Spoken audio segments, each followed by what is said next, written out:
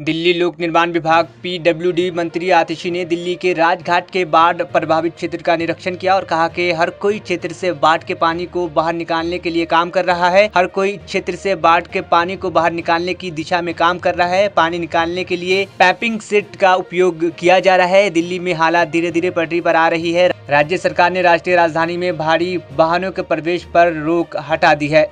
देखिए, राजघाट शांतिवन एक बहुत बड़ा परिसर है। ये पूरा परिसर तकरीबन 250 एकड़ का है और 250 एकड़ के परिसर में जब 2 से 2.5 फुट पानी भरता है तो वो लाखों करोड़ों लीटर पानी है। आप यहाँ पे देख भी सकते हैं, आपका कैमरा दिखा भी सकता है कि यहाँ पे पीछे बहुत हाई स्पीड पर पंपिंग का काम चल रहा है।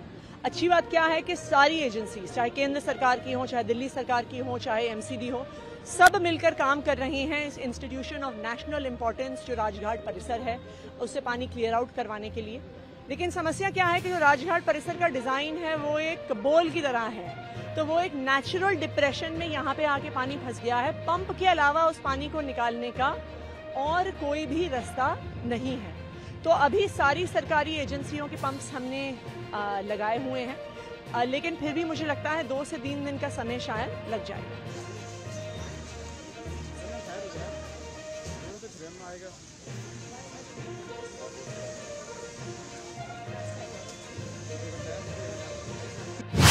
दिल्ली के बेगमपुर पुलिस स्टेशन क्षेत्र में एक बेहोश और अज्ञात व्यक्ति पाया गया, लेकिन जब उसे वहां से हॉस्पिटल ले जाया गया तो उसे मृत घोषित कर दिया गया। सुबह के समय बेगमपुर पीएस क्षेत्र में एक बेहोश अज्ञात व्यक्ति के बारे में एक कॉल प्राप्त हुई थी। पीएस स्टाफ मौके पर पहुंचा और उसे अस्पताल ले जाया गया, जहां उसे मृत घोषित कर दिया गया। आगे की जाँच में पता चला कि पीड़ित का नाम अजय शर्मा था और वो बेगमपुर इलाके में डेटिंग पेंटिंग का काम करता था।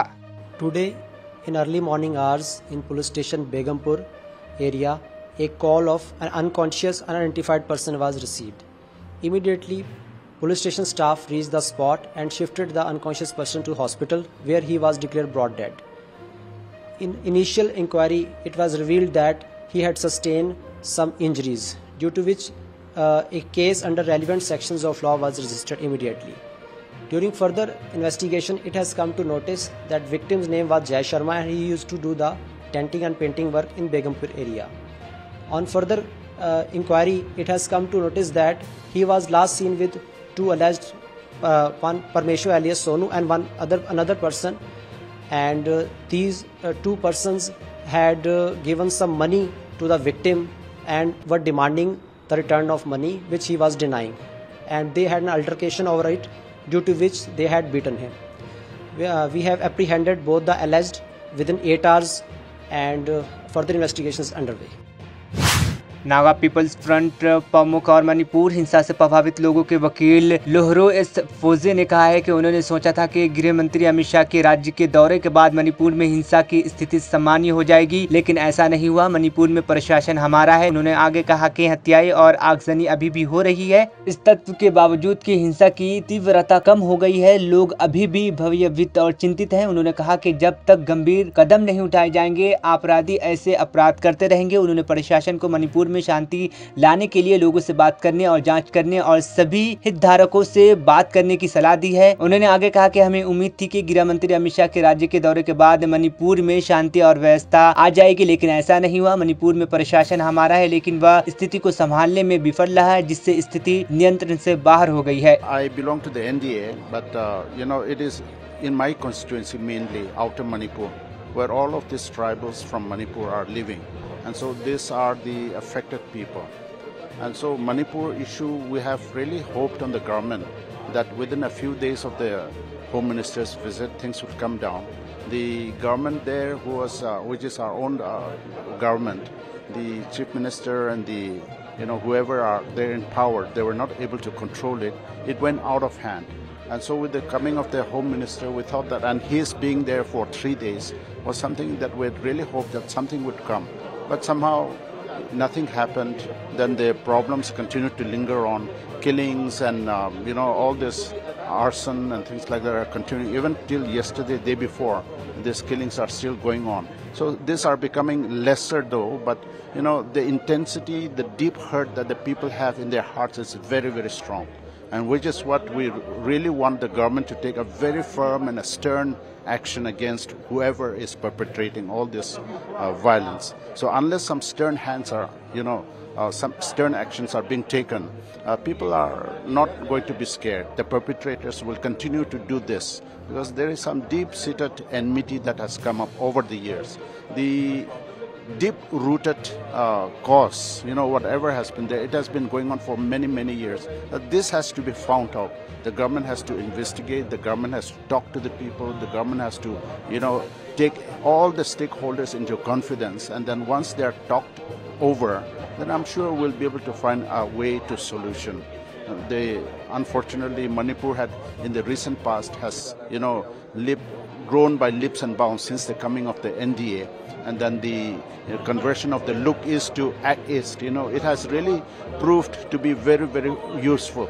But with this violence coming in, it has pushed the state back by at least 10 years. So which is a very, very unfortunate thing. We want to grow back, we want to grow up, we want peace and harmony to come back into our state, and which is what we are hoping that the government, particularly this session, when it is discussed on the floor of the House, the solution would be brought by the government in power. शहर में भारी बारिश के बाद मुंबई के कई इलाकों में गंभीर जल जमाव देखा गया। पानी के बीच से आवाजाही करते समय लोगों और वाहनों को संघर्ष करना पड़ा। आईएमडी के अनुसार महाराष्ट्र के मुंबई, थाने, पालघर, रायगढ़ और रत्नागिरी में मध्य से शदीद बारिश की भविष्यवाणी की गई है।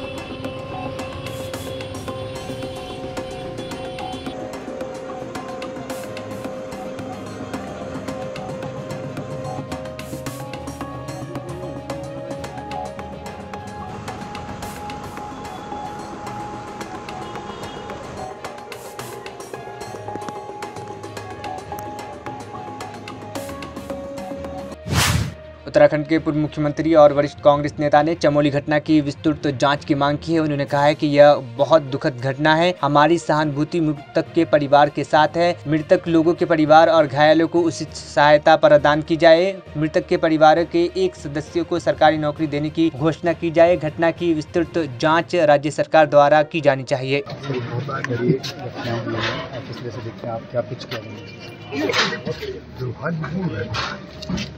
हृदय विदारक दुखद घटना और सारा राज्य स्तब्ध है, क्योंकि ये कोई प्राकृतिक आपदा नहीं है, ये मानवीय भूल का परिणाम है। हमारी 16 बहुमूल्य जिंदगी चली और जो लोग घायल है, जिंदगी भर पता नहीं किस तरीके का इस करंट का जिससे कुछ जगह में चली गई, तो जो बचे भी हैं उनके जीवन पर क्या असर पड़ेगा कहा नहीं जा सकता। उनको अच्छी चिकित्सा उपलब्ध करवाई जाए, मगर उतना ही काफ़ी है। ऐसा हमारे इन परिवारों की इस तरीके से नमामि गंगे प्रोजेक्ट के तहत राज्य सरकार मदद करवाए, ताकि ये लगे कि राज्य ने वास्तविक अर्थों में प्रायश्चित किया। मैं राज्य का मतलब मैं सरकार नहीं कह रहा हूँ, राज्य का मतलब हम सब। आरएसएस प्रमुख मोहन भागवत ने गाजीपुर में हत्याराम मठ का दौरा किया। उन्होंने गाजीपुर में बुढ़िया माई मंदिर में भी पूजा अर्चना की। गाजीपुर जिले में जखनिया में हत्याराम मठ में उनका फूलों की वर्षी के साथ स्वागत किया गया। उन्होंने आलचिया भवानी नंदी से भी मुलाकात की। आश्रम का इतिहास 800 साल पुराना है और इसके प्रमुख को हाथी संघ के नाम से जाना जाता है।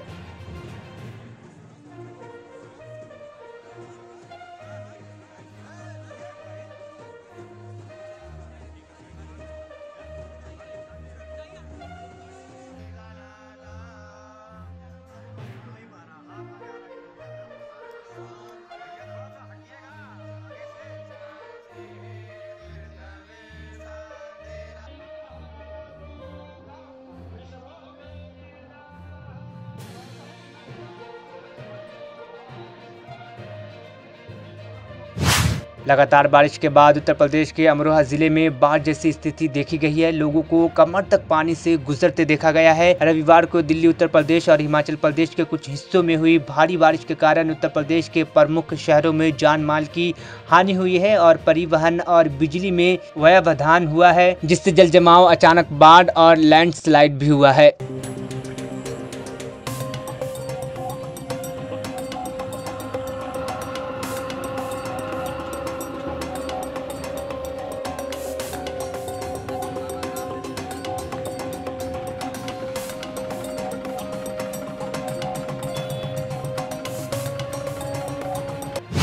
भारत मौसम विज्ञान विभाग ने तेलंगाना के लिए अगले 2 दिनों के लिए ऑरेंज अलर्ट जारी किया है, जिसमें व्यापक वर्षा की संभावना का संकेत दिया गया है। हैदराबाद मौसम विभाग केंद्र के निर्देशक डॉक्टर के नागरोत्तम ने कहा है कि वर्तमान में मौसम की स्थिति के संकेत मिले हैं कि ओडिशा और इसके आसपास के उत्तर पश्चिमी की खाड़ी और पश्चिम मध्य खाड़ी के क्षेत्रों में एक ऊपरी हवा का चक्रवर्ती परिसंचरण बना हुआ है, जो औसतन 6.07 किलोमीटर ऊपर तक फैला हुआ है। Telangana is likely to have widespread rainfall during next 2 days, and today and tomorrow orange warning has been issued over Telangana, along with light to moderate rain at most places.